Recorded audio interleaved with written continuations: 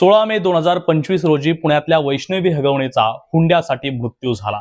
नक्की हा मृत्यू होता की हुंडा मागण्यासाठी खून केला गेला होता याचं गूढ अद्यापही उघडलं नाही। त्यामुळे या व्हिडिओच्या माध्यमातून आम्ही हा मृत्यू होता की खून करण्यात आला होता या गोष्टीवरती प्रकाश टाकणार आहे। त्यामुळे तुम्ही हा व्हिडिओ शेवटपर्यंत पहा। 16 मे 2025 वैष्णवीच्या वडिलांना याच दिवशी पुण्यातल्या बावधन पोलिसांमध्ये एक गुन्हा दाखल केला। तो गुन्हा कशाचा होता तर तो गुन्हा होता वैष्णवीचा कौटुंबिक छळ करून मृत्यू झाल्याचा। वैष्णवी हगवणे प्रकरणातील बाकी सर्व माहिती सोशल मीडियावरून तुम्ही पाहतच आहात। आम्ही या व्हिडिओच्या माध्यमातून काही महत्त्वाच्या गोष्टींवरती चर्चा करणार आहोत। त्यातली पहिला मुद्दा असा आहे, वैष्णवी हगवणेच्या लग्नामध्ये कसपटे बंधूंकडून जी फॉर्च्युनर गाडी देण्यात आलेली होती ती फॉर्च्युनर गाडी अजित पवारांच्या हस्ते देण्यात आली होती। अजित पवारांच्या पक्षामध्ये नेते असणारे राजेंद्र हगवणे यांच्यावरती ज्यावेळेस हे आरोप सर्व झाले त्यावेळेस अजित पवारांनी सांगितलं की माझ्या पक्षात अनेक लोक आहेत, मी प्रत्येकाचं बघायला जात नाही किंवा त्यांना कौटुंबिक हिंसाचार करा म्हणून सांगत नाही किंवा मी त्यांना हुंड्यासाठी बळी द्या असंही सांगत नाही। अजित पवारांची ही स्टेटमेंट संपूर्ण महाराष्ट्राने पाहिली आहेत। परंतु याच अजित पवारांनी वैष्णवी हगवणेच्या लग्नामध्ये जे कसपटे बंधूंकडून फॉर्च्युनर देण्यात आली होती त्या कसपटे बंधूंच्या फॉर्च्युनरची चावी हे हगवणे बंधूंना देतानाचा एक फोटो जोरदार व्हायरल होत आहे। या फोटोवरून महाराष्ट्रातील लोक असा प्रश्न उपस्थित करू लागलेले आहेत की अजित पवार हे हुंडा प्रथेचे समर्थक आहेत का?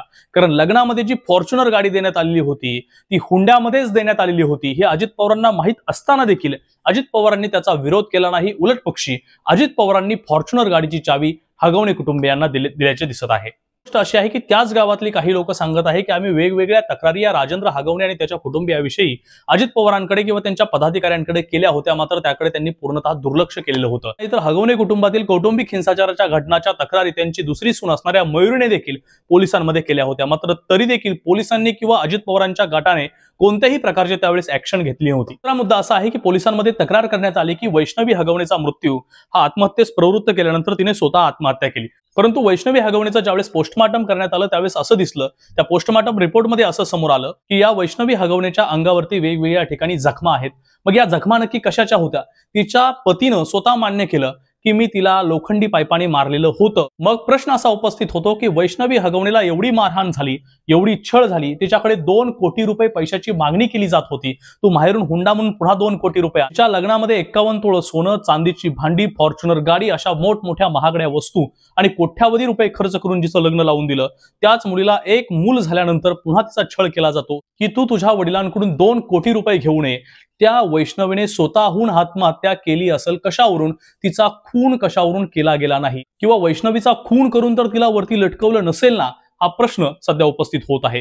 कारण तिच्या अंगावरती एकूणच पोस्टमार्टम रिपोर्टमध्ये असलेल्या जखमा आणि एकंदरीत सर्वाचा विचार करता या देखील निष्कर्षापर्यंत पोहोचलं जातंय की वैष्णवीच्या कुटुंबियांनी तिचा खून तर केला नसेल ना। तिसरा मुद्दा असा आहे की महाराष्ट्रातल्या महिला आयोगाची भूमिका काय? महाराष्ट्राच्या महिला आयोगाच्या अध्यक्ष असणाऱ्या रुपाली चाकणकर यांना ज्यावेळेस एबीपी माझा या न्यूज वाहिनीने ज्यावेळेस त्यांना डिबेटसाठी चॅनलवरती बोलावलं त्यावेळेस रुपाली चाकणकर यांनी काही कारण देऊन रुसवे फुगवे दाखवायला सुरुवात केली।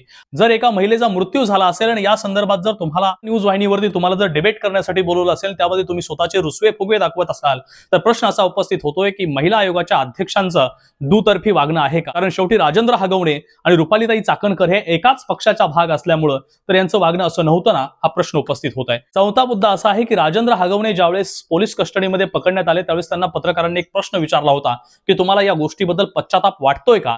त्यावेळेस राजेंद्र हगवणे हे हाताचे इशारे करून सांगत होते की अजिबात मला याचा पश्चाताप होत नाही। मग प्रश्न असा उपस्थित होत आहे की हगवणे कुटुंबियांनी तर वैष्णवी हगवणेचा खून केला नाही ना, असा देखील प्रश्न उपस्थित होत आहे। त्यामुळे वैष्णवी हगवणे प्रकरणामध्ये तुम्हाला काय वाटतं कमेंट करून नक्की सांगा। तोपर्यंत पाहत राहा यार न्यूज मराठी। धन्यवाद।